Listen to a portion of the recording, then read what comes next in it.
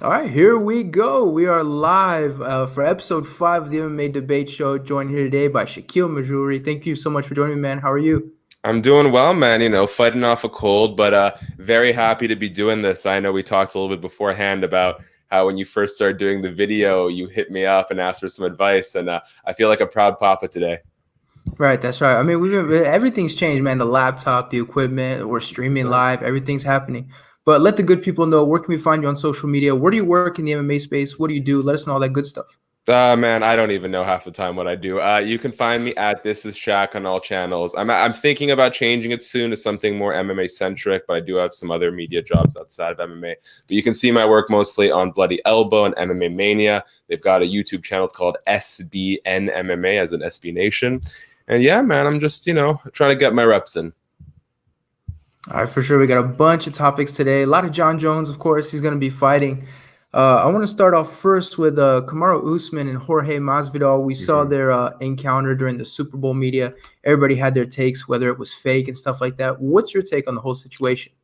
I think like you can say what you will about Dana White and the UFC in terms of some of their business practices or relationships with fighters, etc. But I don't really think that Dana White is not the type of person that's going to tell Conor McGregor or coordinate with Conor McGregor to throw a dolly through a bus and endanger people. I don't think Dana White's the type of person who's going to orchestrate these sort of confrontations. I don't think he orchestrated Daniel Cormier and John Jones's brawl. I don't think he orchestrated Kevin Lee and Michael Chiesa's tussle. That does not mean that when the fight comes around, the UFC won't be using this footage as a huge promo machine. Yeah, I think it's interesting people mention it's fake. I think it's fake a little bit in terms of they don't go in there thinking there are going to be any consequences. Yeah. I mean, it's literally MMA where, we're going to argue. Some big guy's going to hold me back. A big guy who's asked Kamaru could probably kick. Same thing with Jorge. But I think both men know that you have to build up a promo and that it was important for sure. Like you mentioned the footage and everything. So for me, I think it's real in the sense that there is beef. And I think in a way I don't want to say they were comfortable going into an altercation, but if it happened, they wouldn't necessarily back down. But I think it is fake in the sense that I don't think either man thought there was going to be a consequence as a result. For sure. It's one of those things where I actually got into my first Twitter troll beef the other day about this, which is, especially on social media, people really like to deal in extremes. It's got to be 100% real or 100% fake. No one wants to believe that there's this huge shade of gray where Dana White isn't involved, but he's going to use it to promote the fight. That Kamaru Usman and Jorge Masvidal probably don't hate each other, but they are going to be more inclined to do things. It doesn't mean that they sat down and premeditated this interaction, but it does mean that both guys are going to be willing participants in anything that's going to help drum up interest in the fight. The only weird thing for me is I'm not sure what Kamaru has to gain. I mean, sure, it creates a storyline and everything, but for Jorge, we get it. You want to fight with a champion. This is how you do it. You create beef. With Kamaru, I'm not 100% sure what it is, especially if he's looking for money fights and everything. And same thing with Jorge, but I think this was a very important event in terms of creating hype, getting people excited. You mentioned Jones Cormier. I mean, throwing shoes and all that stuff. That gets people excited. So I think this was important to get people excited. And it's going to be weird for Kamaru going from Colby Covington and how he's got to represent the immigrants and everything, and now going to Jorge where that's going to come back down, and there's not that much of a storyline aside from a Super Bowl encounter, of course, during the media event. 100%. I think for Kamaru, you mentioned what does he have to gain. I think there were big in terms of finances. I think there were bigger fights for Jorge on the table. Obviously, Conor McGregor being the big one. I think for Usman's an interesting one because he's well spoken. He doesn't mind engaging in the trash talk. He's a witty guy, but I feel like he's lacking that sort of intangible charisma. And I think for Kamaru, a fight with Jorge Masvidal is the most high-profile thing he's going to get. So if he's looking for a big payday, I really don't expect Conor McGregor and him to be scrapping anytime soon. So I think Jorge is his best chance at getting those pay-per-view buys. I mean, you mentioned he's witty and everything. I think if you take a look at the dark side of MMA Twitter, people would say the opposite. I thought I saw a lot of negative pushback when he was on the Joe Rogan Experience. But I think if he can go,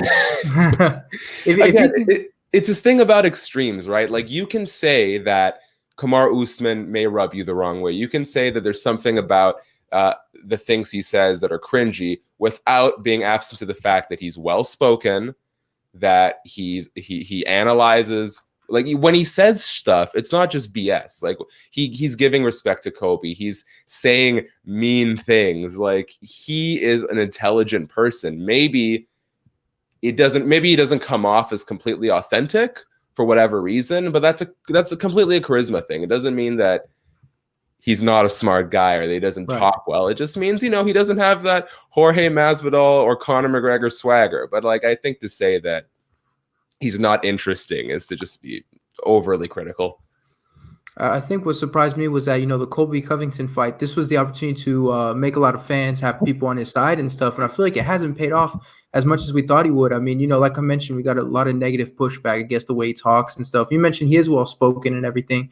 And he is a good, example of, there's a lot of talk of immigrants in America and everything. Kamaru is a great example for that and everything he's built and stuff. But I'm not sure if the Jorge fight is going to be the fight that truly helps him cross over and be more loved by the fans, or if he's always going to have this sort of a attitude towards him that I guess, he's cringe or he doesn't know how to talk trash and all that stuff. Yeah, I think it's something that's going to fall. Kamaru Usman, I think he's as well equipped as anyone in the division right now to have a long sustained reign. And part of, I think, why we're seeing this shift where fighters are relying more on trash talk is because the skill gap in MMA has become so close that it's not easy to have dominant champions a la George St. Pierre or Anderson Silva like we used to. Like, most of these guys can't seem to sustain more than 1 or 2 title defenses. So I think the more Kamaru can sort of flex on the division and the more contenders he takes out, the less he's going to have to rely on his trash talking to sell fights, and the more he's going to build this mystique about himself as just an absolute crusher. Right. I agree with a lot of that. Let's move on. I want to talk about the Usman versus Masvidal. I want to talk a little bit about the matchup in the fight because I mentioned Twitter and everything, which is, where I'm getting a lot of the takes people have. But, people have a lot of, you mentioned extremes about the matchup. Either Kamaru was going to crush him with the wrestling or, Jorge this, Jorge that. What's your take on the matchup? Do you think this is a closer fight and people are giving it credit for? I mean, what's sort of your preview on that fight? It's tough because all you can really go off of is the MMA math. And I would say it's probably a fair assessment to say that this is the hardest fight Jorge Masvidal could have taken. Now, whether that means he's not capable of winning, I'm through doubting Jorge Masvidal. That is to say, though, Kamaru presents a lot of the same problems that Ben Askren could have, but with a much more well-rounded game, right? Kamaru is just as capable of taking down Jorge Masvidal. Kamaru Usman is so much more powerful than Ben Askren, and Kamaru Usman is also able to absorb strikes and to, trade on the feet. So this really is a tough ask for Jorge Masvidal, but I think really Kamaru Usman is a tough ask for anybody right now. I think you're right. Well, you are right. Kamaru is tough. For me, this matchup, it's going to be down to the ground game of Kamaru Usman. It's going to be down to the boxing of Jorge Masvidal. I mean, anyone who boxes up Nate Diaz like he did Darren Till, I mean, you got to respect the striking. 100%. But I think in a lot of people's minds, you always kind of tend to favor the wrestler, and we saw what Kamaru was able to do to Woodley. So for me, I think if Kamaru was comfortable keeping it on the feet, I think this is a fight we could definitely see Jorge winning, even shock people by knockout, get the decision over the long run. But I think it's a more interesting style matchup than people give it credit for. Because, Kamaru is not a guy who's going to lay and pray the entire time. He's not going to smother him Habib style. So I think it's actually a very interesting matchup, better than people are giving it credit for. And Jorge, I think that striking, I mean, you have to respect it. And we saw Kamaru strike with Colby. I mean, it's good, but is it on Jorge's level? No, definitely not. So it's down to the ground game versus the stand-up of the other fighter. And, it's so much of this is about confidence. Like really having self-belief in your skill set will carry you so far. And you could just see, I was watching a replay of that Jorge Masvidal KO on Ben Askren, and the way he sprinted, like what was the most scary about that knockout was the velocity, how fast Masvidal was coming at Askren. And that is pure confidence. That is knowing and believing that what you are going to do is going to be effective in there. And I think a lot of the naysayers of Masvidal going into this fight would look at his past wins over Ben Askren and Nate Diaz and say, these are guys who are kind of past their prime. But if you peel back the curtain a little bit, that's not entirely true, man, because, Nate Diaz beat Anthony Pettis. You can say Anthony Pettis is washed, but Anthony Pettis was coming off of that incredible knockout over Stephen Wonderboy Thompson. Stephen Thompson comes back and beats Vicente Luque, also at UFC 244, and puts in a tremendous, a real championship contender performance. And now you're seeing Darren Till, who people said you rush too much, go out there at 244 and beat Kelvin Gastelum. Like, the point is, as the sport has evolved and as these skill gaps have closed, it's so hard to say, well, this guy's more experienced, so he's going to win, or that this guy is out of his prime, so he's going to win. Everyone is so damn good right now that Jorge Masvidal is as capable as anyone. Yeah, it's funny you're using MMA math. I think for the fans that are just starting to tune in with Jorge, you kind of see him as like this elite boxer. But I remember watching him against guys like Lawrence Larkin, Ross Pearson, where the big takeaway was, if he's not motivated, he doesn't want it, and he kind of tends to coast. And that was a big issue for so long. It's like the second he was motivated, the Cowboy fight, for me, that was really the fight where we saw the motivation, and everything's just exploded for him. But the one thing I do want to touch on, we mentioned the matchup a little bit. I'm sort of curious as to why he wants Kamaru next and not Conor. And what I mean by that is, obviously you can lose against either one and you potentially lose the other fight. But let's say you go out there, you beat Conor convincingly, and then you get a title shot. You could arguably be the biggest star in the UFC. I mean, could he be bigger than Conor? I'm not sure, but that would put you, you'd be pretty damn high. So it seems weird to me that he would rather the title shot with Kamaru rather than trying to get a fight that stylistically would be a little bit easier in Conor. Well, I don't think necessarily that Jorge wanted the Usman fight over Conor. I think my best guess is that this was kind of out of his control, and he's doing the best to now shift his focus, because we saw Jorge as a really big star at UFC 246. He showed up dressed up as Conor McGregor in that like shirtless Gucci outfit. He was there promoting what was it, a tequila, a blue mezcal, something like that. Yeah. So he's taking some pages out of Conor's book right now and sort of turning it into his own. But, Conor's expressed interest in the Khabib fight. Dana White has expressed explicit interest in Usman versus Masvidal next. And I think there's so many, I don't want to say big egos, but there's so many big players at the table right now between Dana, Conor, and Jorge that there was no way everyone is going to get what they want. And I think this is a case of Jorge probably not getting his first choice. Right, but it's a little bit of a missed opportunity everywhere. Even the Khabib Conor fight, I don't think anybody really wants to see that. I think we were convinced the first time around. It just seems like a missed opportunity on all fronts. I think as someone who's kind of in the bubble, you're absolutely right. And the truth is, it's not a particularly compelling fight. Not to say that, Conor, man, the Conor we saw at 246 is an absolute world beater. But, that Khabib fight was pretty recently, and you kind of want to give people time to breathe and rebuild. I think what it really comes down to, and I'll give you an example, is that Khabib versus Conor on a global scale is probably a bigger payday than Conor versus Jorge. And chances are that some people in, Dana and the matchmakers probably believe that the Conor versus Jorge fight isn't going to lose a lot of luster over time. Khabib right now has kind of expressed interest in only fighting for a little bit longer. I don't think he's going to be doing this for another 5 or 6 years. And we put out a video on SB Nation MMA's YouTube channel about, we actually put out a couple. One of them was actually just in my Fighters Pick Fight series, where I get, UFC fighters, Bellator fighters, whatnot, to give their predictions. And there was a lot of hate towards Conor, just fighters who are not particularly keen on him, people who had problems with some of his actions outside of the cage and some of the accusations against him. And based on the fighters' responses, what I saw in the comments were a bunch of people claiming that I or the YouTube channel was a pro-Khabib network. And so there is a degree of, I think, racial tension because of Conor's antics leading into the first Khabib fight, as well as just a huge audience of Russians, like an absolute just swarming of Muslim and Russian fighters fans who love Khabib. I don't think Jorge's shine outside of the US and perhaps Cuban or Latin communities is probably as strong as Khabib's popularity worldwide. So I think they're just hoping to cash in on what is probably a bigger global payday. That makes sense. So final takeaway, the original question was the matchup Usman versus Masvidal. Who do you have winning that fight? Oh, man. I like to let the fighters predict so I don't have to. Oh. I'll go with Usman. I'm not particularly confident about that. I just see I find it's often easier for the wrestler / grappler to employ their game than it is for the striker more often than not. So just off that, I'll say Usman probably gets the nudge. I have to agree with you that one. I have Usman. I wouldn't be surprised if Jorge got it done, but I think you mentioned it best. The wrestlers, I feel like they have that clear path to a victory. And when you're a boxer who tends not to wrestle too much, you don't have that much of a room for error. Mm-hmm. All right, we've got a bunch of good topics. I saw The Athletic discuss something. I didn't watch it specifically, but I thought it was a really interesting topic.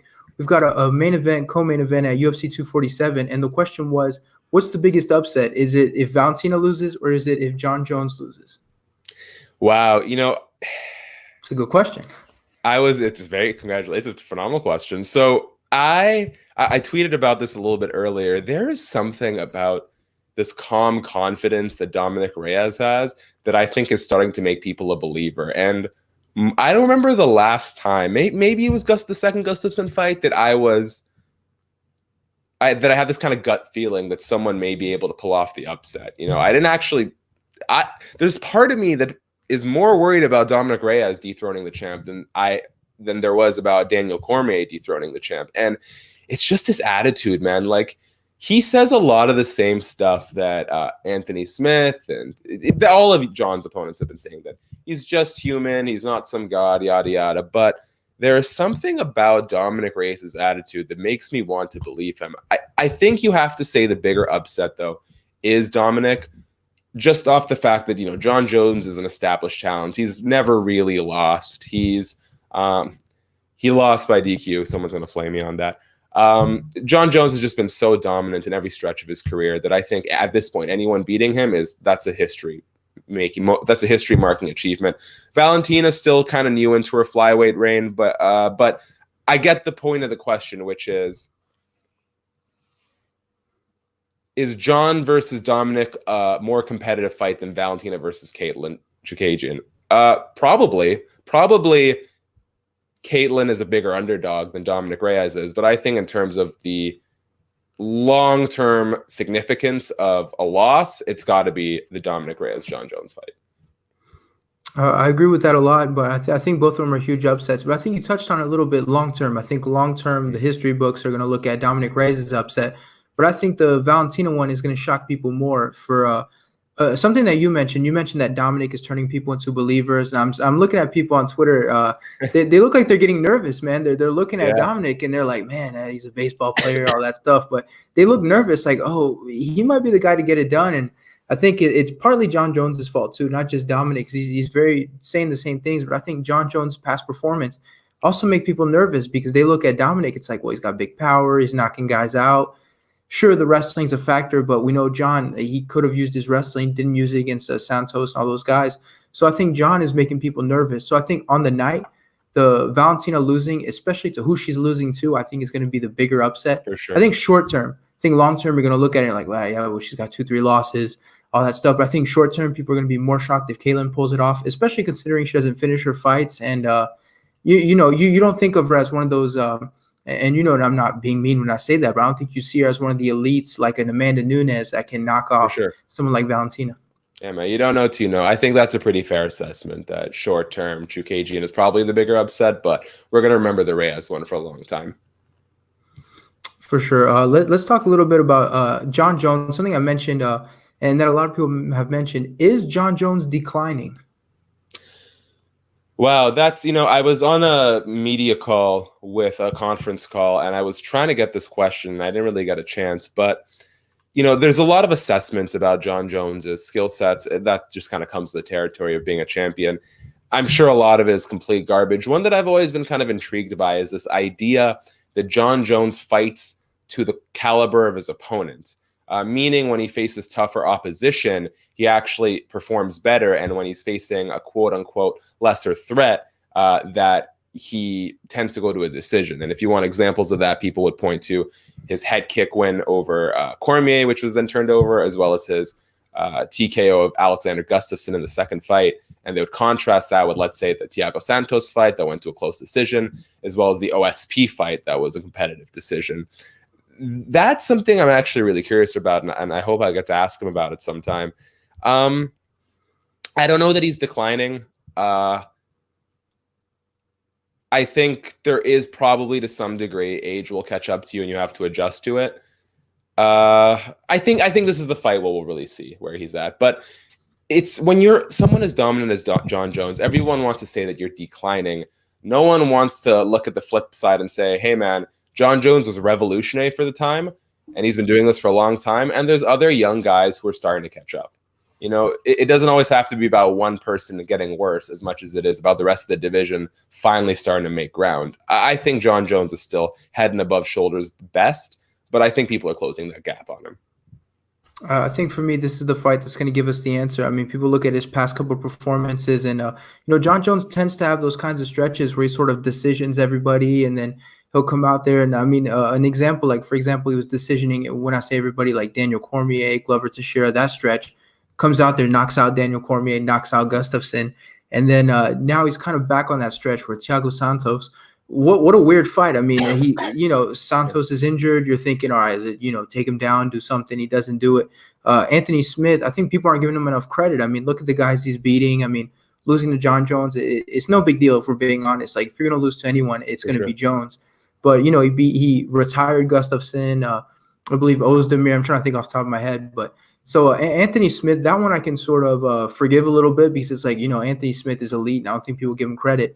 But for me, his last fight against Thiago, I think that's the one that sort of scared everyone, and you're kind of like, we're not sure. And then Reyes, for me, I think he answers the question because I believe he's 13-0, and someone that has that little fights, if he goes out there, and obviously if John Jones gets caught real quick by a left hand or something, it's tough to answer the question. But for me, this is the fight that's going to decide it. Is John Jones going to go out there and completely dominate him? Is he going to give us another funky one of those fights where he wins, but you're like, eh. But I think that's one of the great things about guys that are undefeated is that every fight they head into, you're like, oh, is that the guy that's going to snatch the – and we say undefeated, disqualified, whatever. Is that the guy that's going to snatch the O? Is that the guy who's finally going to do it? And it's a lot of fun to speculate, but I think the reason everyone's so jittery, and I tend to think of Ronda Rousey a little bit. She was undefeated. She was dominant, gets shocked. And I think now people are kind of trying to be ready for it. Like, well, it could happen in this one. We could see an opening. So I think that's why people are jittery. But for me, this is the fight that's going to decide it. He's still 31, so I'm definitely not going to jump on that. He's, declining or whatever. But for me, we're going to get the answer this upcoming weekend. I think Luke Thomas also made a really good point, which is if you kind of look at Georges St-Pierre's career, at some point, especially as he started aging, he came up with a strategy that was primarily about not taking damage and taking sort of the path of least resistance to victory, which was, a combination of his jab and working on the outside and then the takedowns and the wrestling. So I think there's a case to be made that John Jones has developed a style which lends to him scoring decisive 50-45 decisions. I think that probably burned him a bit in the Thiago Santos fight. And so it's entirely possible that we see him sort of tweak the existing formula because he can't be going out there and getting into brawls if he wants to have a long sustained career. Yeah, I think I did watch that video with Luke Thomas, and I did agree with it. GSP definitely went on that stretch where he's wrestling guys and everything. And John Jones, I'm not 100% convinced that's what he's doing because I feel like he has a very similar skill sets to Georges St-Pierre. I mean, look at how freaking long his arms are. If he decides to jab you, you're staying across the cage. His wrestling is right, exactly. Or even hit you with an elbow from all the way over there. And he's got his wrestling. And a big thing I always read about John Jones was that, he's skinny, but people are like, man, he's so freakishly strong, like when he grabs a hold of you. So I feel like if you wanted to have a conservative game plan, and his last fight was a perfect example, take Thiago down, injured, and just finish him right there. So I'm sort of wondering what's going on. Is it because he's got a great team for game plans, Greg Jackson and all those guys. So I'm curious to see what's going on out there. And I really hope this fight answers the questions and doesn't give us just more confusion following it. Agreed. So what's the final takeaway? Is he declining? Yes or no? How old is he now? Do we know? 31, I believe. I feel like he's still got a couple years in him before we can say it's like a proper physical age-related decline. I'm going to say no. I'm going to say the division is starting to catch up with him and that the things he was doing that was completely revolutionary and, at the time unseen is now kind of a standard part of the game. So I'm going to say he's not declining, that the rest of the division is catching up. I think it's a fair question based on his past performances, and I think we all tend to look for answers and maybe even excuses. But I don't think he's declining either. And like I mentioned, for me, this fight is going to answer that question. I don't think at 31 you'd be declining that soon. All right, our next topic, somebody who knows how to stir up controversy, even if she doesn't mean to. It is Ronda Rousey going out there claiming that her legacy is set. But the comments that shocked me the most was when she claimed that she was the GOAT. What are your thoughts on Ronda Rousey going out there and claiming she's the GOAT? She was the GOAT of her era. I think that's fair to say, her and Chris Cyborg. I think it will forever be true that she is the single most important fighter in women's MMA, and top 3 in terms of MMA, period. Top 5. I don't know how you want to list that, but she will go down in history as one of the most significant players in MMA. If you want to call that the GOAT, I'm not going to argue with you. But if you're going to go off of resume and wins, it's Amanda Nunes far without like a distant first. Like no one comes close to Amanda Nunes in terms of her pro record. You know, you mentioned going down in history. I think history won't remember Ronda Rousey fondly. I'm still waiting for the documentary or the movie or the 30 for 30. Like, what happened? Where did it go wrong? The thing with Ronda is that people look at, her mentality and criticize her. I mean, I've talked to enough fighters where they say things like, they want to take a loss based on her reaction, which is crazy because she was a pioneer for those things. And now it's kind of like that shifted into, now I got to have that good mindset because of her and her reaction. So for her to say she's the GOAT, I think it's just maybe she's just trying to mentally be okay with her career. Like it ends here, 2 losses. Yeah, I'm still the GOAT.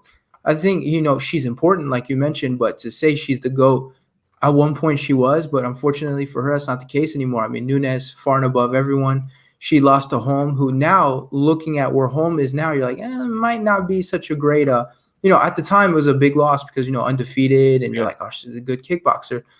Now you look at Holm, and I'm afraid she's a little bit Buster Douglas-y, with Mike Tyson. So, those 2 losses, it's enough resume-wise. She can't be the GOAT, and with everything Nunes is doing.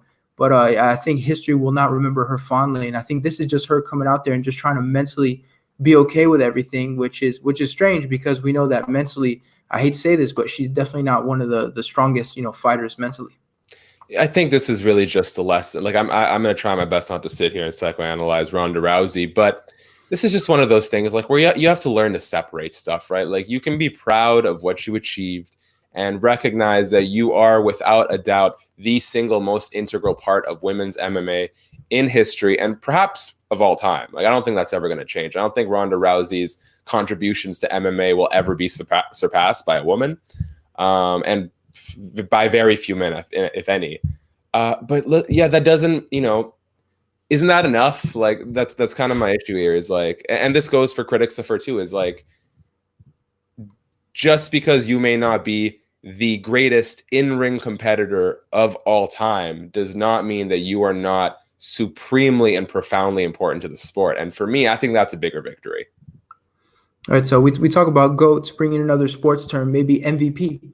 Most valuable player, most valuable person. I mean, in terms of women MMA, I mean, how many times have we touched on it? There'll never be women in the UFC. Ronda brings the women into the UFC. She was important in Strikeforce. Other people were too, but I mean, come on, it's got to be Ronda. It's Ronda. I think for me, her importance is, it's up there. There's no arguing that. But in terms of her resume, you can't really argue that. 100%. The GOAT, the greatest fighter of all time in the women's divisions is Amanda Nunes. She knocked out Ronda Rousey. She finished Miesha Tate. She knocked out Holly Holm. She knocked out Chris Cyborg. Like it is to me, it's a silly conversation to say that anyone surpasses Amanda Nunes in the ring. But when you say MVP, that's the perfect term for Ronda Rousey because not only was she at the time the most successful fighter in a women's MMA and the one at the forefront of this evolution and this boom and this entry of women into the mainstream, but she crossed over big time.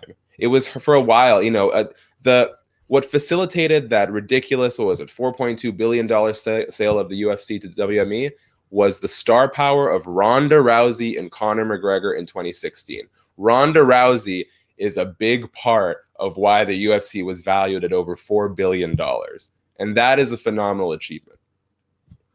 And I think for her going forward, I mean, maybe she sees herself as the GOAT because of the importance she had and everything in her career. But I think it's important to kind of, maybe resume wise, you can go after her, but it's important that her accomplishments not be forgotten and everything. So I think that's what's going to happen. People are going to look at, what happened? Why did she have that fall from grace? And I believe now she's growing sweet potatoes in some island somewhere in the middle of nowhere. So I think it's going to be sort of a tragic story, but it is, but her importance is I don't think we can ever forget that. You're right, and that is, that might be an example of her kind of, like you said, tarnishing her own legacy, because I think, man, I am no one to judge what it's like to get knocked out in front of the world, millions and millions and millions of people. That is not for that head kick to be replayed for all of existence. That is not for me to judge on.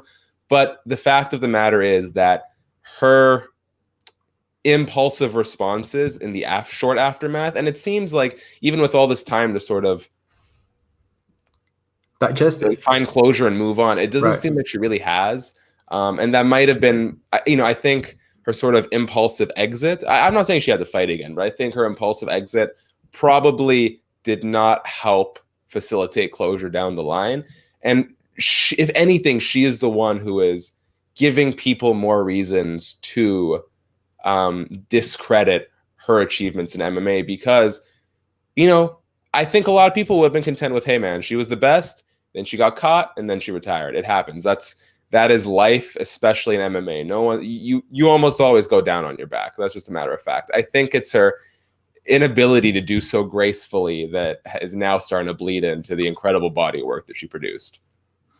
Well, I think even if she had retired after the Holly Holm fight, I still think it would have been a bad way to go out, because people would have been like, look, first sign of adversity, you go out. For me, if she had fought maybe 3-4 more times and maybe she took a loss, she's like, hey, listen, I don't have it anymore, blah, blah. I think it's best if I move on. People would have taken that a lot better. And I mean, agreed. We see the way people handle losses. I mean, you mentioned knockout. It's a completely different thing. But Dominic Cruz loses to Cody Garbrandt, gives this great thing at a press. And then you look at him and you're like, oh, man, that guy, you don't think lesser of him for losing. When we talk about knockouts, I mean, Alistair Overeem has 14, 15, whatever he's at. But he seems to take it pretty gracefully, and nobody really takes that away from him. So I think, unfortunately, fortunately, she was good for the sport, for women. But unfortunately, people also see her as good for the mental side of the game and how to take a loss gracefully and what kind of impact they can have on your career. All right, moving on. Something interesting that popped up. Joanna Jędrzejczyk posted a meme, or her team or whatever. A lot of takeaways from people about the meme, but the big question I was seeing and that I'm still trying to wrap my head around, is Joanna Jędrzejczyk racist? Man, racist is such a blanket term, right? Like I had this really honestly educate, and this is the thing, sometimes people, like, my willingness to engage with people, Joe Rogan gets kind of the same, not comparing myself to Joe Rogan, but Joe Rogan kind of gets the same flack about who you should and shouldn't engage with. For me, it's really a matter of spending the time to talk to someone instead of talking at someone or talking about someone, at least helps you make better sense of the situation.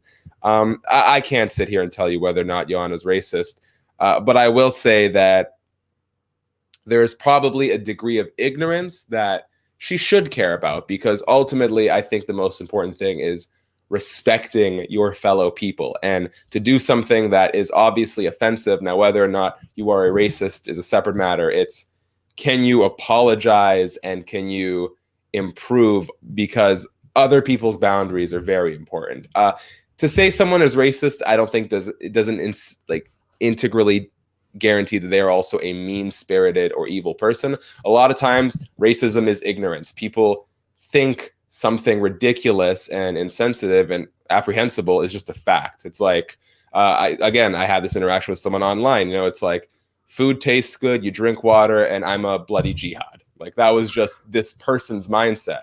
And it's easy to take offense to it, but the reality is, man, this person is just misinformed.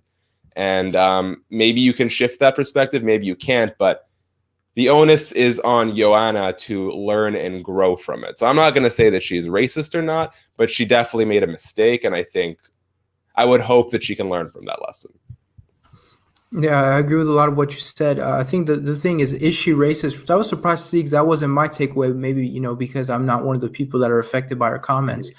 But I think the issue, I mean, first of all, you have the picture, but I think the problem is it's part of like a bigger picture. Like there was a picture we found of her, I think at I don't want to say Chinese restaurants. I don't know exactly what it was, but it was someplace Asian, and she's doing the thing with her eye.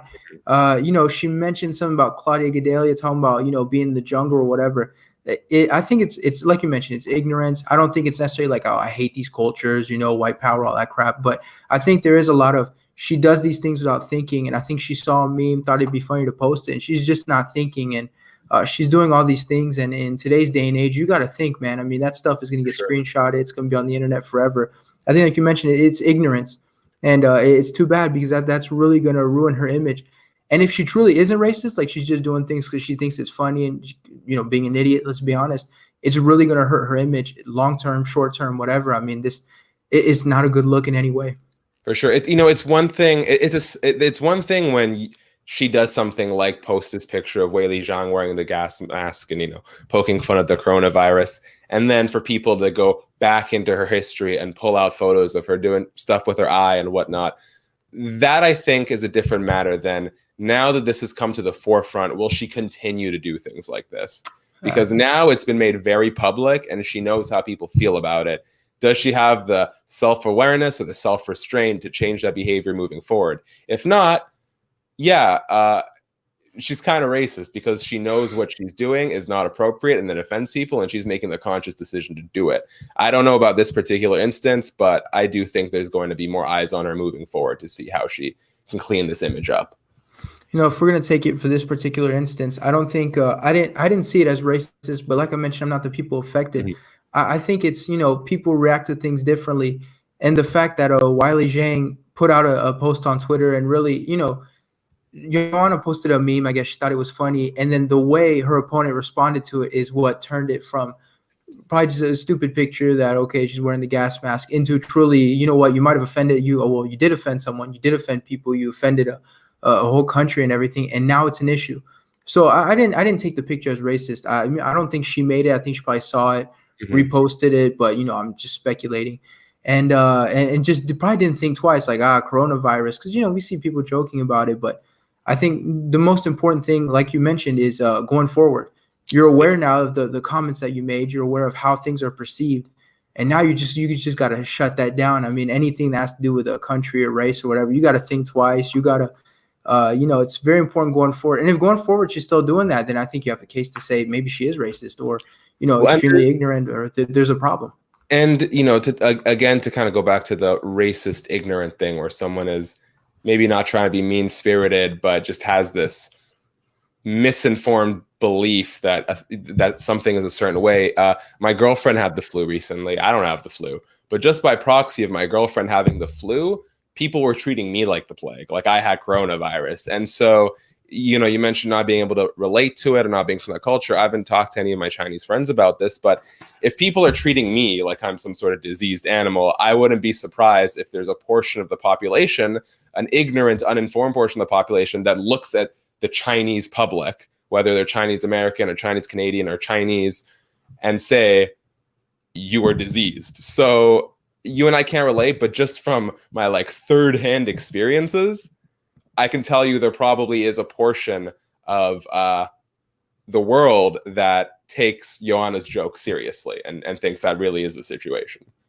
Well, it's funny you mentioned the people treating as a disease. I mean, recently in France, I believe it was this last week, there was a news report that went out that all the, I guess you can call it Chinese French people, if that's the correct term, everybody was treating them like a disease. And I think especially in school, everybody's like, "Oh, don't touch me, coronavirus." And so Exactly. I think you mentioned that. I think that's definitely racist and it's a problem.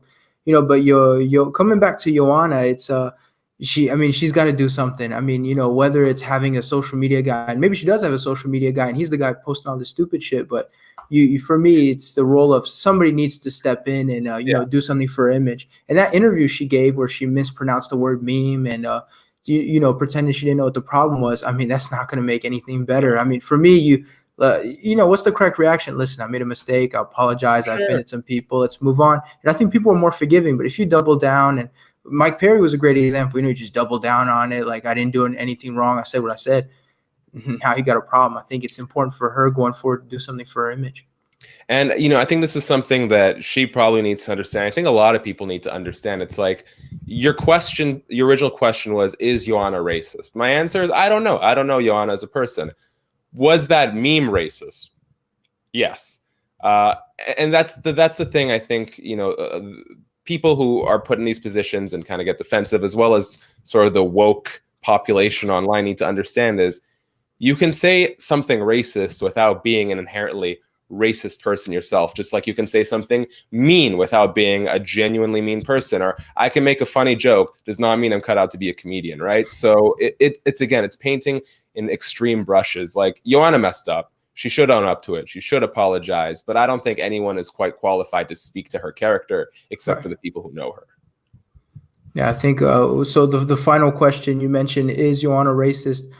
I don't think so, but I don't think I'm the person to step in and say that either, because maybe behind closed doors, she's a part of this like a KKK group from Poland. So I don't want to be like the person news from Lucas over here. Oh no, no news. Speculation, but no, I don't think so, but at the same time, I'm probably not the best person to decide. Yeah, I wouldn't know, man. All right, moving on. We have an interesting question I saw was, does the UFC have a problem with its heavyweight division? Whether that's, contenders, the title, everything that's going on with heavyweight, do they have a problem with that division? Sorry, I totally blanked out. Are we talking heavyweight right now? That's right, heavyweight. Sorry, man. I do this from time to time. Imagine living with me.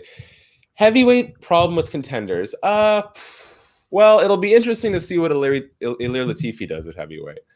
I don't think so. I think you got plenty of options right now. There's obviously interest in a trilogy fight between Miocic and Daniel Cormier. John Jones believes he'll be moving up to heavyweight soon and wants to go to immediate fight with Miocic. Dana White believes that Jones will fight at heavyweight by the end of the year. Francis Ngannou is on the cusp of another title shot. Curtis Blades would be if not for Francis Ngannou. I think should Rozenstruik beat Francis Ngannou, I think he immediately cements himself as a top contender. So there's a lot of ways that this can play out. You can have Cormier Miocic next. You could have Jones Miocic by the end of the year. Should Francis Ngannou win, there's room for an Ngannou-Miocic rematch. Should Rozenstruik win, you can now either insert Rozenstruik or Curtis Blades into a title fight. So I don't think they're particularly short on contenders, at least for the immediate, for the next couple of years. For me, I mean, the original question is, does the UFC have a problem with its heavyweight division? And I say yes for multiple reasons. But the main thing for me is I think they're all easily solvable on paper. You mentioned the contenders. I think the problem is that we've seen the same guys for years. I mean, we saw Junior Dos Santos recently. It feels like he's been around forever. Curtis Blades, I mean, he's always so close and always has issues with Francis coming back since the beginning of his UFC career. Francis has already fought for the title, Alistair Overeem, and then every time he gets close, he gets knocked out. For me, it's important that we get some fresh blood in there as well, especially because the heavyweights, these guys hit so hard that in terms of staying durable and fighting for a very long time is going to be extremely difficult. So I think on contenders, you do have a problem that could be easily solved. I mean, try to go out on the regional scene, pick up some guys and things like that. But for me, the biggest issue is that title fight that never seems to happen. I mean, Daniel Cormier and Miocic, feels like they've been going back and forth for, years now. Derek Lewis gets in there, but, how much of a real contender is Derek? Let's be honest. It's those two are frustrating. I mean, they're talking about we're going to fight in July, or Miocic will sit out until he gets his eye figured out, which I have no problem with. If you have an issue with your eye, I mean, we're talking this is bigger than fighting. But for me, you got to do something to get that division moving. I mean, Daniel Cormier can give us some fresh matchups. Let's get that going. In terms for me, for the easily solved on paper, go ahead and have Miocic and Cormier fight. Have John Jones move up to inject some fresh blood, like you mentioned. I think it's easy to solve, but in terms of actually doing it, it's going to be so difficult. I mean, John Jones, it feels like we've been talking about him at heavyweight for years, or, well, he should do it. I might do it, I might not. So it's frustrating because I feel like we could easily solve all these issues, but in terms of actually going there and doing it, it's a bigger deal, and it's a lot more difficult. Well, this is going to be a problem in an era where fighters are holding out for the biggest payday. I am not the UFC. I've got no business degree, but for me, the simple solution is man, pay your guys enough so that they don't feel the need to hold out and negotiate and barter like this, because you can't blame fighters in positions of any amount of leverage, even if it's less with the new ESPN deal, to be holding out for the most financially lucrative, for the most lucrative fight offers. If we ever get to a place, I'd love to get to a place where fighters are just willing to take fights because they know they're making good money. That would be my dream for it. Beyond that, does the UFC have a problem in the heavyweight division compared to the rest of the divisions? Yes, but you also have to remember that, I don't know how big and tall you are, dude, but I'm like 170 pounds. There just aren't many heavyweights on this planet, let alone ones that are athletic and that are fighting. So I think you're always going to have a problem in the heavyweight division. I think it's just a matter of how big of a problem are you going to have. Right, I do agree with that a lot, because on the regional scene, we saw, even with the Contender Series, how hard it was for him to get guys. And we recently saw Jorgen De Castro. Greg Hardy's name we have to mention, but we know that it's not so much injecting fresh blood as it is getting more eyeballs. Mm-hmm. It is tough to get new guys, but it's also easier for them to break through. And we saw Jairzinho, how quickly he broke through. I mean, all it takes is, one well-placed punch, and before you know it, you're in a title contention. So, and same thing with Francis. We saw how quickly his rise was. But, I think it's always going to be, like you mentioned, a division where they have trouble. But it'd be really nice for the UFC if they could get it moving along, get some big names, because I think people, and when I say people, I mean casual fans, they really enjoy the knockouts. And, the big boys always have a certain, I hate to use this word, cachet. Like, people are going to think, oh, the big guys, they're coming. Like, people think, Muhammad Ali, Mike Tyson as combat sports heavyweights. And, MMA could have the same thing, but it feels like there's always something holding it back. For sure. And it's just, like you said, it's that one punch. It's really hard to have. And this is inherently the problem with having these big super fights against such elite fighters like Stipe Miocic and Daniel Cormier and John Jones, potentially John Jones, is that you're never going to it's hard enough to have a consistent champion in any division, let alone in heavyweight. And the more you have this title, like, what was it before Miocic, the most title defenses was like 2 or something. Yeah, 2 or 3. Yeah, you're going to create this problem where there's going to be so many rematches that people don't stick around in the division for very long. Like, I think if you were to have one dominant champion, you'd be forced to move the division on faster in hopes of finding a new contender. But it just always seems logjammed with nonsense. And in terms of the quality, man, like, I know I've seen Cyril Gane fight and I've seen Sergey Pavlich fight. I don't know what these guys look like. Like, they are top 15 guys, and I could not picture them in my head. Shamil Abdurakhimov is number 10, and I barely recognize him. Like, I know I've seen him fight, but I could not point him out in a crowd. So you have this problem. There's just not that many of them either. Yeah, I mean, you mentioned as you go further down, and I think Cyril Gane is a good example, because I think in any other division, he wouldn't be ranked in the top 15. I think he'd still be chugging along. And the problem is also, you're going to get these guys to move up too fast, and they're going to meet a guy like Francis. They're going to meet a guy like Curtis, who have that style where they can beat you off. And then, that didn't sound good, but they can,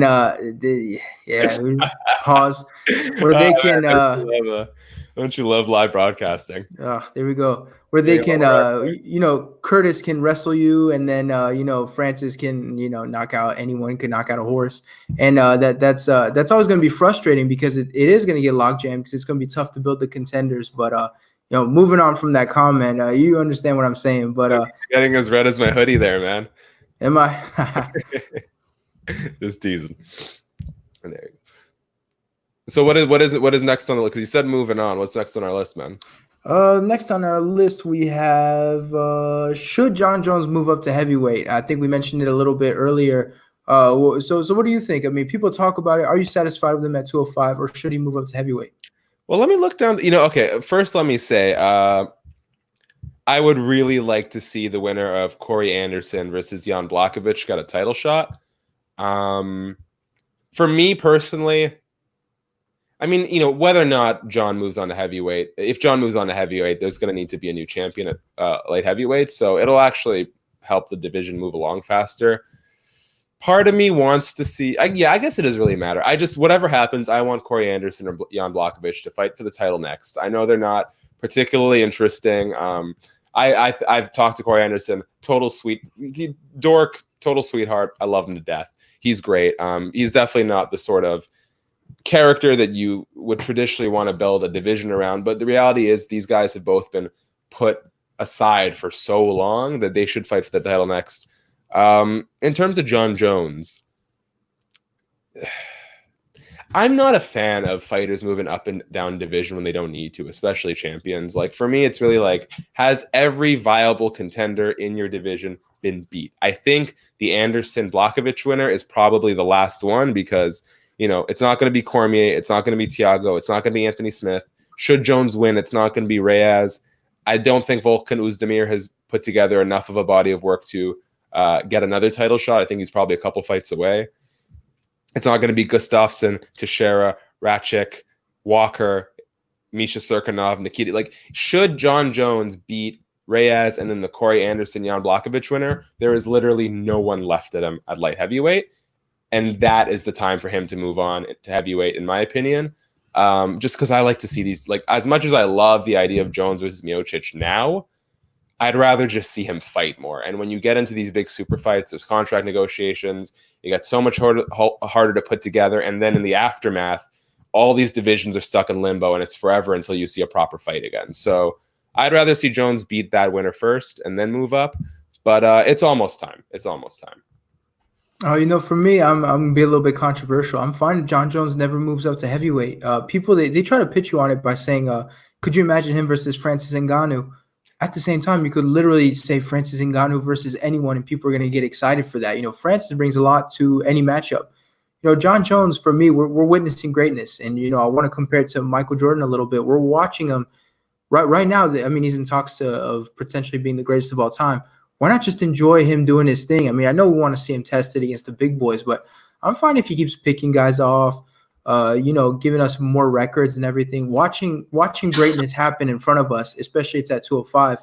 You know, I actually prefer that kind of, especially for me, the thing is, if he leaves 205, what's next for that division? I mean, who's going to be the champion? Dominic Reyes, Anthony Smith? I mean, it doesn't feel like that division would be great without John Jones. I know people see it like, well, John Jones is, you know, winning against everyone. I mean, there's no real contender, maybe. But if there's no contender for a champion right now, if you lose that champion, then who's the champion? I feel like it's gonna be that thing where with heavyweight, where we saw everybody trading titles back and forth at one point. And I think we could see the same thing at 205. So I'm fine letting him do his thing, watching greatness happen, and then hopefully for him, he rides off into the sunset, not like a Ronda Rousey way. But for me, I'm fine if he stays at 205 the rest of his career. I'm sure there could be some fun matchups at heavyweight, but I'm just not as intrigued by it as maybe some other people are. Yeah, I don't quite agree. I think should he beat Reyes and then the winner of Blachowicz, Corey Anderson, I think the only time you should really move up is when you've cleared out the division, which at that point he will have. You're completely right about him moving on to heavyweight. There'd be a lack of star power at light heavyweight. But should he go up to heavyweight as a one-time off, it creates a little bit of a problem at heavyweight. But you can move back down to light heavyweight. Hopefully by now a year plus has passed. There's some, you know, Oezdemir might be ready for another title shot. Should he move up permanently, it definitely leaves. I don't see John Jones moving to heavyweight full term. I think he's going to start experiencing a decline, as every fighter does at a certain age. And I think it'd be supremely dangerous for him to stay at heavyweight. I think he's one or two fights away from being able to make that jump to heavyweight, not having to worry with us not having to worry about the state of light heavyweight because no one's really ready to take him on. And hopefully by the time he's had that detour, we're back in a place where he's got more contenders for him at 205. So I want Jones to move up soon. I just don't want it to be a permanent move. I think I agree with that if he does a one-off. But, I mean, give us really like these legacy matchups. Stipe Miocic while he's champion. Daniel Cormier if he's champion again. I'm fine with that one. I mean, you know, feel like Cormier is a different beast. Like these legacy fights, okay. But in terms of permanently, no thank you. Like John Jones versus Curtis Blades. I mean, you mentioned Shamil with the complicated last name. You know, no thank you. Those fights don't bring me any interest. This is just, agreed. You know, light heavyweight part 2, you know, diet light heavyweight. I'm not really interested in that as a one-off. But for me, it's got to be, you know, we've mentioned the Israel versus John Jones. Well, people mentioned that fight. And it could be an interesting legacy fight. But for me, the legacy fights like Miocic, Cormier, all that stuff, maybe. But in terms of just going up there permanently, fighting regular contenders, I have zero intrigue in that, honestly. 100% agreed. I don't want to see him fight at heavyweight more than twice. So that's either Miocic and Cormier or a tune-up and then Miocic.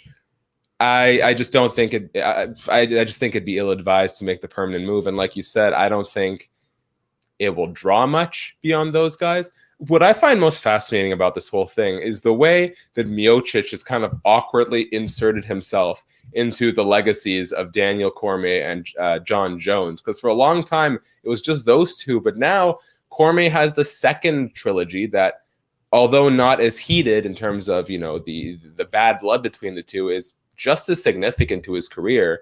And now that has kind of piqued the interest of John Jones. And in Stipe Miocic, you have a guy who has beat one of John Jones' greatest rivals. So I just think it's kind of fascinating that this, really down-to-earth, kind of mumbling firefighter, Cleveland-born and raised, and Cleveland-raised dude who really doesn't seem particularly interested in all this chaos that John Jones and Daniel Cormier have engaged in over the last 5 or so years, that he's somehow become a really big part of the storyline. I mean, this one I might be okay with it, especially because stylistically, we want to see John Jones against a well-rounded guy, someone that matches up with him well. But, Stipe Miocic is, like you mentioned, he inserted himself into the thing by being, I think, the second guy to beat Daniel Cormier. So in terms of creating sort of this triangle, I mean, why not? That's definitely intriguing. But, yeah, for me, it's got to be someone like a Miocic that makes sense. And now we're going to randomly fight Francis just because, hey, Francis could knock out a horse. For me, it's got to be, Miocic. It makes sense. It's a fun one. But, if he never moves up, I think looking back, people are going to be disappointed when they talk about him. Like, man, what if John Jones had moved up? But I'm not sure he even has the frame to move up. I mean, when I picture him, I imagine someone that's kind of long, a little bit lanky. And when I think of the heavyweights thing, is these nice, thick guys, So I don't even know how he'd match up like physically against these guys, even though he's 6'4" or 6'5", and he's a very tall guy. I think he could do it. I think we've kind of seen this sort of new modern heavyweight that's a little bit leaner, a little bit faster. The guys who are weighing 235-ish. I think he could probably, I'm sure he walks around at 225, 235 anyway. Yeah. Does that mean he'll be at a bit of a size disadvantage? Yeah, I'm sure it does. But I don't think it'll be as big of an issue unless he's fighting Francis Ngannou. But Francis just scares me, period. Right. Our next topic I have for us, and I believe it's going to be the last one. The co-main event of UFC London was announced. I don't know if it's the fight that was announced or the fact that it'll be co-main, but I believe it's Mike Grundy. I'm not sure if you're familiar with who that is. I believe it's Grundy versus Makwan Amirkhani, Mr. Finland, of course. And they announced it as the co-main event of London. My question is, did UFC London deserve a bigger co-main event? Did the English crowd deserve a bigger fight in its co-main? God, I didn't even hear that. That sounds horrible. Man, this is always going to be a problem. Like at the end of the day, the UFC only has so many fighters on their roster, and they put on so many events. Is it exhausting? Yes, especially for someone like you or I who catches every event. It's so exhausting. But it's part of their business model, and they wouldn't be doing it if it didn't generate them money. Does that mean we as fans deserve it? No, definitely not. Especially the guys in London. Like this is really, I personally as media, I'm based in Canada, so getting into the US to do work is very hard. And sometimes it works out for me, sometimes it doesn't. Stuff like this sucks because when you get an international card, like when I get a fight night in Canada, I'm like, great, that's awesome. I can go to this event, I can go cover this event. The downside being is Canada's a damn big country, and I got to pay a lot of money. I got to fly very far to see a card co-mained by someone like Mike Grundy or whatever his name is. No offense to you, Mike, but the UFC has not put enough promotion around these two guys to have the general public interested in a co-main event slot. When you're in London, like, man, it's like every other pay-per-view is in Las Vegas, and I get why they do that. That doesn't mean it sucks any less for fans in London or up here in Canada who get like 2 cards a year at most. I'm sure they only go to London like once a year and now have to settle for a co-main that has next to no name value. Like it really sucks for the fans. I think from a business perspective, you're thinking, I think most of the events in England and stuff like that, they sell out, before there's a main event, before Yeah, even they half don't a need card it. is The people announced. are so deprived, right, that they're just going to throw their money at whatever, and they shouldn't, but they're going to. Right. So from a business perspective, the UFC doesn't have that incentive. But where I think it's unfair is, man, these English fans, they're passionate, man. Anytime they have a guy, I mean, when Darren Till was coming up, you felt like Darren Till was like this heavyweight, could submit, knock out Francis Ngannou. I mean, they hype up their guys like nothing I've ever seen. I mean, any fighter Incredible. coming out of England, it's like, this greatest thing you've ever seen, and everyone's gonna find out, and the media jumps all over them and everything. So I feel like for the people that are going to be coming to London to watch this, they deserve better. I mean, they're passionate. This isn't like when you go to a country like, they're probably going to come to France soon, for example, and you're not going to be dealing with people that have this great knowledge or stuff. Like a lot of them might come just because out of curiosity or UFC. But England, these are real fans. I mean, people tend to think as Americans or maybe even Canadians as sort of the big fan base, but man, England, it's up there with the best of them. They know their shit. They stand behind their fighters. For me, they deserve the bigger fight. And then, not shitting on the fighters. This is a good fight to boost the card. And Amir Khan is known because he has sort of a relationship with Conor McGregor. But for me, it's disappointing. Right, it is disappointing for the fans that deserve like a bigger fight to tie it all in because they're passionate, and whether they buy it or not, for me, they deserve a little bit better, even if that is tough to book for the UFC. For sure. Like morally, do I agree with the decision? No. But the reality is capitalism is cutthroat. That's why I'm not an entrepreneur. I'm not cut out for it. And the UFC has no obligation to you as a fan if they are going to put on subpar cards and you're going to throw your money at them anyway. I know as a fan you're deprived, but if you're actually upset about this and about the quality of content that you're going to get as someone who is attending that event, then the best thing you can do is vote with your wallet and not go to the event, because so long as you are going to go to the event and you're going to give them the money, the UFC has no incentive. And beyond, just the, hey, we love our fan situation, they have no obligation to put on a better card for you if you're not going to, if they know they can throw scraps at you, you're going to come anyway. So I don't blame the UFC for the decision, but if you as a fan are upset and you're in London, just don't go to the fight. If you want to go to the fight, great, but you can't pay money and go sit there and bitch and moan about it. Like, you can be upset. You have every right to be upset, but you had the choice to spend your money elsewhere. Well, I think it's a tough ask for the fans. I mean, imagine you're like this big MMA fan. The UFC comes to London. You're in London. You're like, let's go, let's do it.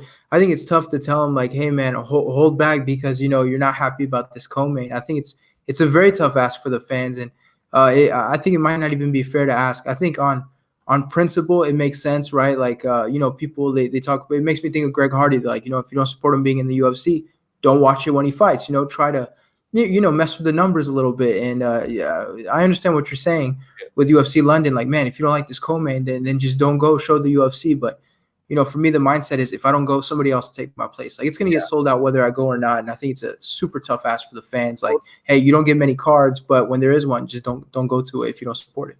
Well, that's the sad reality of it, right? There's the UFC has this advantageous position. They have this leverage where they don't need to put on a great card to ensure that fans are going to come out. Listen, I'm not saying it's great. I'm not even saying it's fair. It absolutely sucks if you're a fan in London and this is the card that you get. But as a matter of principle, the only thing you can do is to vote with your wallet. You have no other power in this. And chances are you deciding not to go will not change the circumstances whatsoever. So if it's not that important to you, pay the money, go. Listen, UFC as a live experience, it's phenomenal. It doesn't matter who's on the card. It's fun when you're part of the crowd. Like if you haven't been to a UFC event before, I strongly recommend you go. It is a really, really fun experience. But if it really means that much to you that they're putting on bad cards, man, you've got life's so short. There's so many other things you could be doing that weekend. So just don't go. But if you do go, you're gonna have a great time, I'm sure. What I would say is you put the responsibility on the fans to fight back. Where I would put the responsibility is on the English media. At the end of the day, they I don't want to say they control the narrative, but they do put a narrative out there, and they are the ones covering the event. I think they're going to be more knowledgeable about the fights than most fans, one would hope. So for me, it's up to them to help create that narrative that, the UFC's coming to London, great, but we're not happy about these fights. And I think it's up to them a little bit in their coverage to express that, not just give you the the typical pre-fight interviews and all that stuff. I think if they see that there's a problem with it, it's up to them to create this narrative and talk about it and just not let it go unknown. Yeah, I don't know much about the English media, but I think it's something that the MMA media as a whole needs to do, and it's hard with the leverage that the UFC has. But I've also kind of noticed lately, it seems that the UFC and the media are kind of on better terms with each other, and there is that understanding that, hey, the media has to do their job and report on certain things. You hope in a perfect world that the media is willing and able to point out things that could be better, because at the end of the day, although certain takes might not benefit the UFC financially, people aren't shitting on the UFC because they want to shit on the UFC. I mean, some fans are. I'm sure some media are, but for the most part, the people who take their time to work in this industry just want to see what they believe is best for it. Often that's more money for the fighters, better cards for the fans. And so I hope that the relationship with the UFC and the media trends in a direction that allows for the media to be able to point out things that they want to see improved by the company without fear of some sort of repercussion. Because I think that probably is something that a lot of media deals with. Same thing with managers, right? There's so many like little monopolies in this industry where people are afraid of the consequences of speaking out. But I think if you can put aside the money for a second, you would notice that we all kind of have the shared ambition about seeing MMA on a global platform. And all we really want is to see the best product possible. All right, well said. That's all the time we have for today. Thank you, Shaq, for joining me. Thank you, anybody who watched, of course, even if you're watching the replay. Shaq, just one last thing. Once again, let the people know where they can find you on social media, where you work if you want to, and also what projects you have coming up and what people can look forward to in your content. Yeah, man. Thank you. Again, this was awesome to do. I stopped doing my podcast after 2.5 or so years. And so any chance to, especially with other people in the media, to just get on and talk about the sport is really awesome. You can follow me at This Is Shaq on all platforms, Twitter, Instagram, Facebook, etc. You can catch my work at Bloody Elbow, MMA Mania, as well as the SBN MMA YouTube channel, not ESPN. I've already got in trouble for that one. What do I have in the works? Man, I'm just trying to churn out so many videos right now. So, get my James Lynch on a little bit. So that means, trying to go shoot for a few interviews a week for MMA Mania and Bloody Elbow on YouTube, as well as articles. I got my Fighters Pick Fight series that goes up just, about a week before every event. Always working on like original content, breaking down fighters, and I don't do a lot of the write-ups, but I do narrate them. And something that I'm really excited about that we got in the works is an animated series of shorts with different fighters, UFC legends, stuff like that. So that is kind of a time-consuming process, but I'm really excited to share those animated shorts with you guys when they come out.